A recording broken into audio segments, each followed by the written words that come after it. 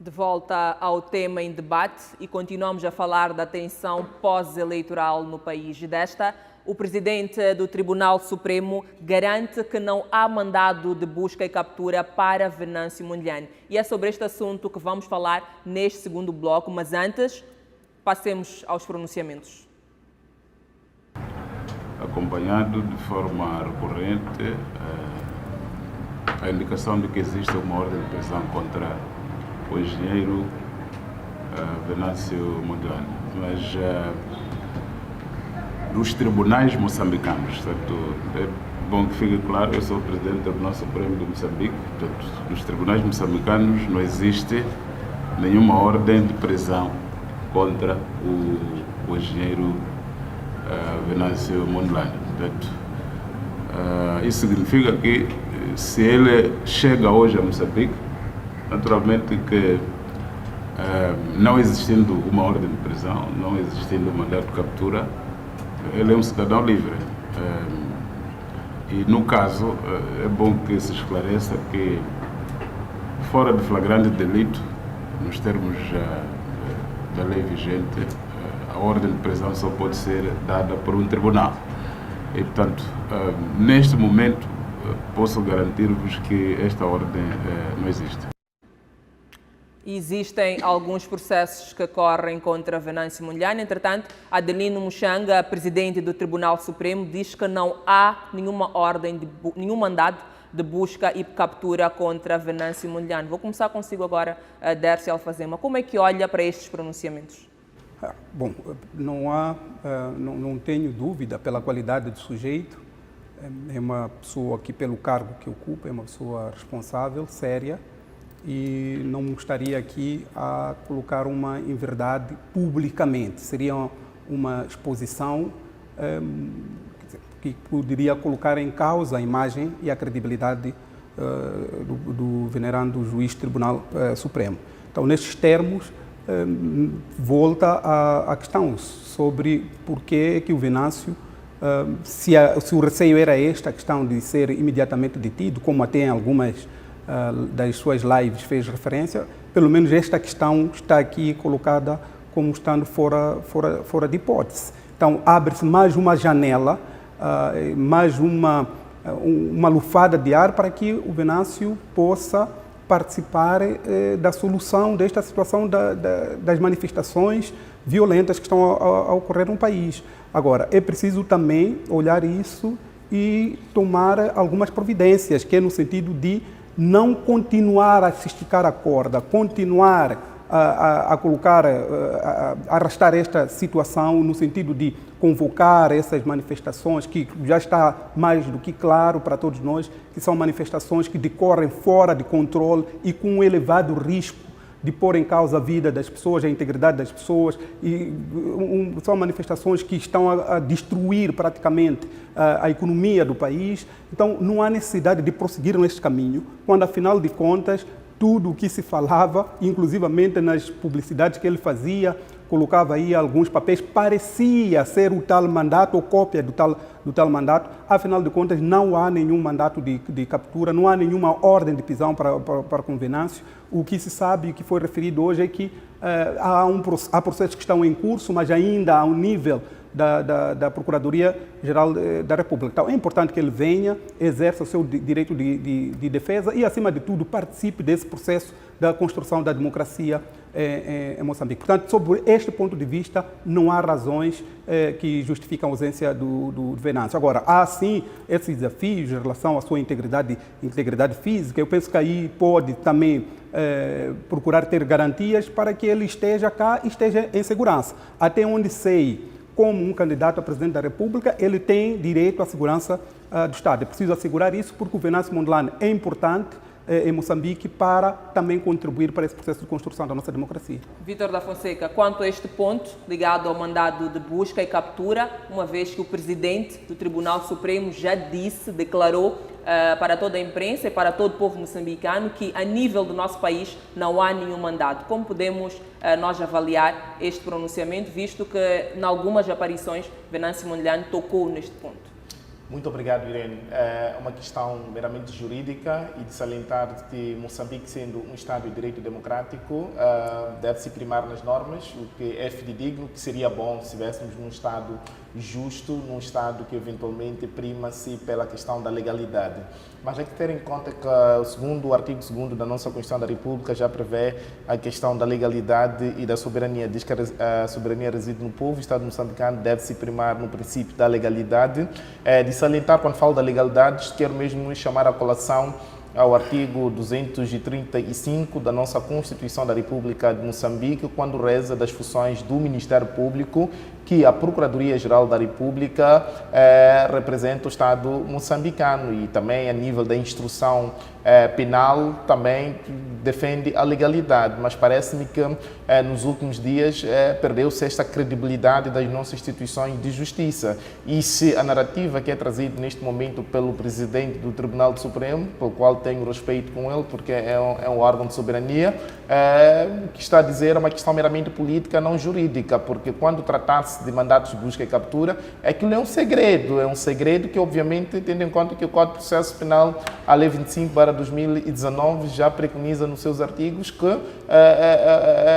o processo penal ou qualquer tipo de processo tem que obedecer a questão do sigilo. E tendo em conta que o titular da ação penal é o Ministério Público, obviamente pode até existir ou não existir esses mandatos, mas não se pode dizer aqui publicamente que existe ou não. Nós tivemos um exemplo nos anos transados que o próprio Antônio Muxanga, na saída do Conselho do Estado, foi levado. Onde que existia esse mandato de busca e captura? Não foi-lhe informado, porque é uma questão, obviamente, de segredo de justiça. Isso também pode acontecer com qualquer um de nós. Não vai ser informado, Irene, prepare-se que amanhã há um mandato de busca e captura para si, ou apreensão dos seus bens, ou bloqueio das contas. E disse muito bem, quando pronunciava o Presidente do Tribunal Supremo, que sim, de facto, as contas foram bloqueadas. Querendo, pode fazer a sua impugnação, fazendo a sua contestação a nível do Tribunal. Então, este mecanismo, quem solicita, quem promove é o Ministério Público e o Tribunal, ou a Instrução Criminal, ou a SIC, que é a Secção de Instrução Criminal, vai proceder àquilo que foi solicitado pelo Ministério Público, porque é titular da ação penal. Portanto, tem que se salientar também que o artigo 52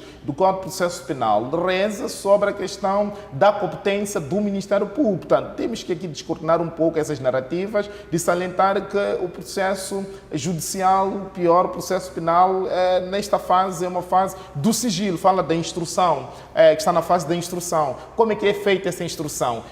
Quais são os procedimentos e pressupostos? Aqui não estou a trazer uma narrativa, não estou a trazer uma história, estou a trazer aquilo que a República de Moçambique, junto da Assembleia da República, aprovou o Código Penal, o Código Processual Penal, está lá, há segredo de Estado. Então, é nesta vertente que eu analiso nesta senda, porque está lá enquadrado a nível da nossa Constituição da República. E, ademais, antes mesmo de irmos ao Código Penal, ao Código Processual Penal, temos que ter em conta que esta Lei 15, que eu me referenciei, fala de alguns crimes, elenca alguns crimes, a citação e tudo mais, é aquilo que o próprio comandante-geral já disse. Então, isto é uma contradição nos órgãos de soberania quando se pronunciam e era diante esta questão que eu já ia processos. colocar. A Dércia Alfazema vai poder também dar continuidade ao seu fio de pensamento. Em parte, podemos aqui considerar que Venâncio Mondlane está a tentar salvaguardar aquilo que é a sua imagem, porque já disse várias vezes aqui, Dércia Alfazema, que Venâncio Mondlane devia fazer parte destas contestações, devia estar, ou melhor, ou um porta-voz, não é? Enviado por si, devia estar nestas manifestações de modo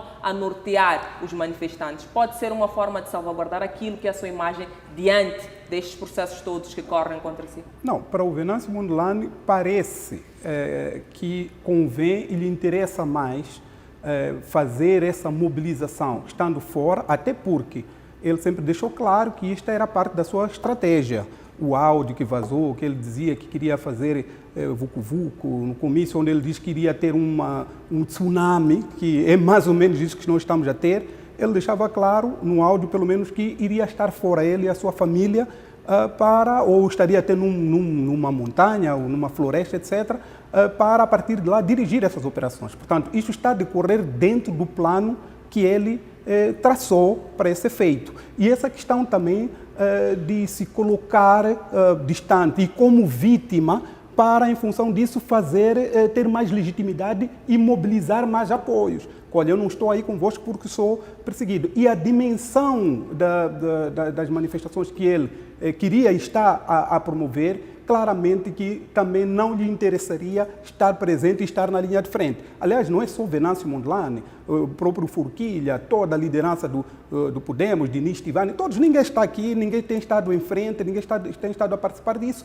dado o reconhecimento que eles têm da perigosidade. E ainda mais agora, quando se percebe que essas manifestações decorrem totalmente fora de controle. Quer dizer, são uma situação perigosa. Vão às quadras, apedreja-se polícia, rouba-se armamento, etc. Ninguém quer estar associado a isso. Há de notar que quando o presidente Forquilha esteve no Conselho Constitucional, deu uma conferência de imprensa a dizer que se distanciava e que isto não tinha nada a ver com eles, mas são eles que convocam as manifestações. Então, convém neste momento o Venâncio Mondlane trazer um conjunto de narrativa que justifica a sua ausência para que não seja cobrada a sua presença nestas manifestações. E isto, claramente, depois se coloca ele nesta situação de vítima e vai, portanto, incitando as pessoas a praticarem esses atos que estamos a acompanhar. Vítor da Fonseca olha também para uma imagem de vitimização por parte de Venâncio Mondlane?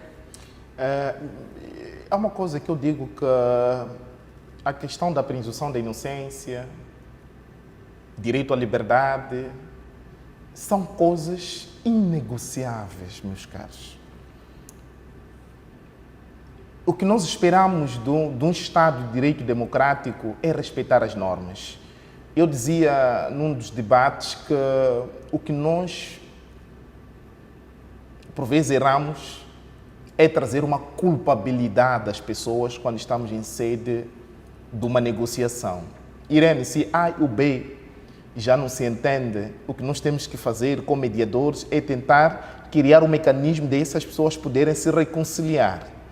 Eu acredito nas instituições, parcialmente da justiça moçambicana, que, chegado à fase, efetivamente, de uma verdadeira debate sobre a negociação que se espera, o que se espera, eu acredito que isto vai se resolver e sem puxar a culpabilidade para A nem para o B. Porque neste momento há um entendimento que se diz que o Venâncio Mondlane está a fazer isto, há um entendimento que se diz que o Partido Frelimo está a fazer isto, há um entendimento que o Partido Renamo está a fazer isto, e aqui há uma divergência de opiniões. O que eu quero dizer neste momento, pela experiência que nós temos sobre certos processos judiciais em Moçambique, por vezes pode-se criar uma questão de mina para a pessoa que está lá, tendo medo pelas circunstâncias que as coisas acontecem. Só para dizer mais uma vez ao meu caro amigo Alfazema, que um processo criminal em nenhum momento deve se informar. Eu acredito que houve uma questão emocional por parte do presidente do Tribunal Supremo em dizer que não existe isso. Em nenhum momento vão lhe dizer que existe um mandato de busca e captura e nem vão lhe dizer que amanhã, Dércio, nós vamos mandar bloquear as tuas contas, porque logo vai correr para sacar o valor que lá existe nas tuas contas. São uma questão de segredo de justiça. O que quero dizer mais uma vez sobre as manifestações, eu quero endereçar a todos os jovens que estão a vandalizar os bens públicos e privados. Isto é crime, não o façam.